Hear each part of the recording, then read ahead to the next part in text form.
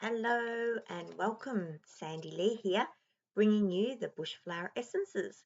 And we have Freshwater Mango. Look at that beautiful red colour, which is also interesting because I'm doing two essences today and they're both quite predominantly red.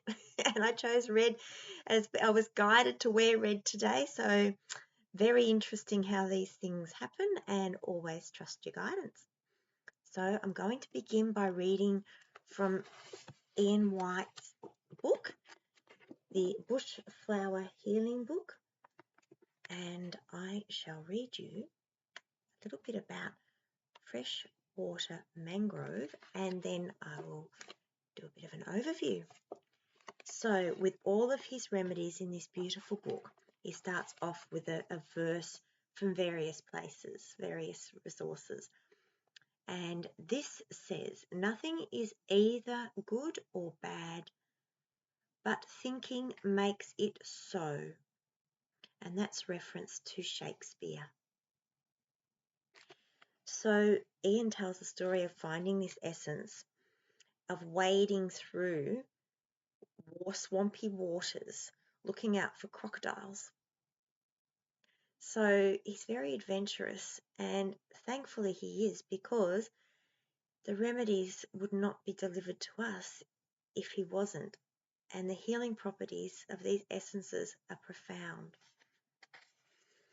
So this is what the negative condition, as Ian writes here, for freshwater mangrove. And that is heart closed due to expectations and prejudice, which have been taught and not personally experienced. Refusal to try new things for no good reason.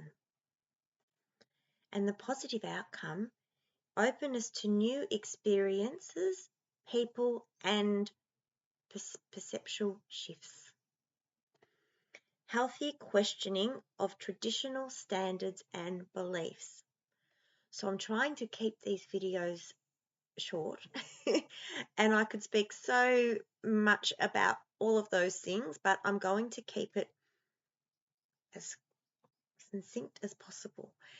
And so I will pick up on the refusal to try new things first, which brings me to the point that's mentioned here, is that is the child who doesn't want to try a food because they don't like it, and yet they've never tried it before. So that is an example of refusal to try new things, or having a closed mind about things that haven't experienced, that someone hasn't experienced for themselves, or perhaps has been told about an experience by somebody else, and so they've formed their own opinion based upon that. And the prejudice is that prejudice is often handed down from generation to generation. We don't like that person or that group of people because da da da da da. Whereas we haven't experienced interaction with any of those people, perhaps, because of that divide, that boundary placed. And so perhaps if those stipulations and that stigma was taken away, and we just met somebody that we had prejudiced against, and it was just a one-on-one connection, human to human, a soul having soul experience as a human without prejudice, then we would find that perhaps what we've been built up in our minds or told to believe or think is actually not the case about those people at all. And so, but if we've got that prejudice and already made up our mind, then we're not going to be open to be able even to try to interact and get to know them on a personal level. And the other thing with the freshwater mangrove, and I just love how they've got this beautiful white, it's like an awakening, a new awareness dawning, these white light on the fronds of them is just on these spikes, just beautiful, just enlightening. And so also new experiences, when we look at that, sometimes we can be very like, no, this is the way I do things, and I'm not really interested in doing anything else. But by doing that, we are limiting ourselves to perhaps what could be wonderful new awakenings and experiences that we just wouldn't have unless we opened our minds and our hearts to having such experiences, even though it might be pulling us out of our comfort zone, which can be very uncomfortable, as we know. So freshwater mangrove helps that. And we also have here, let's see, the healthy questioning of the standards and beliefs that have been put upon us and the values.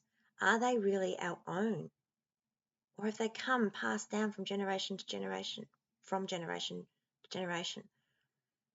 And so therefore, as an innocent child, they've been imposed and then taken on, and then we present that through, that becomes our view of the world through our focus.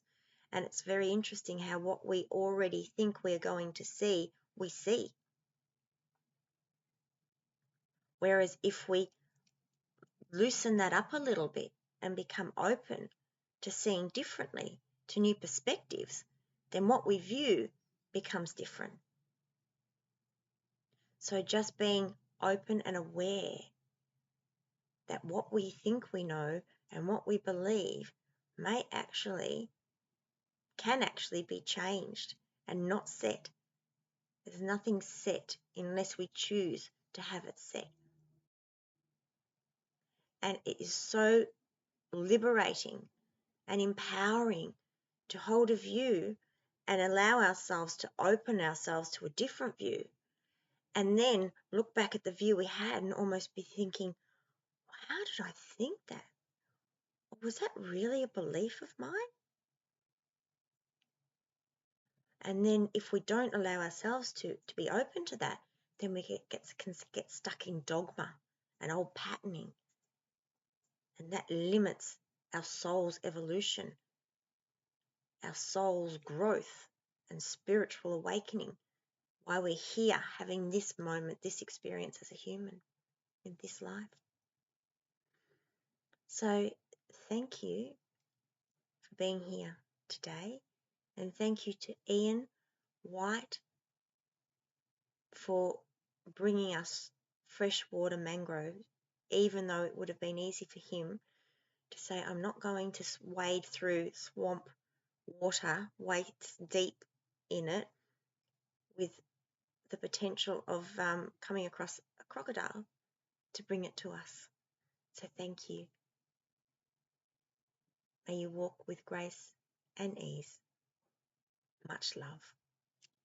Thank you.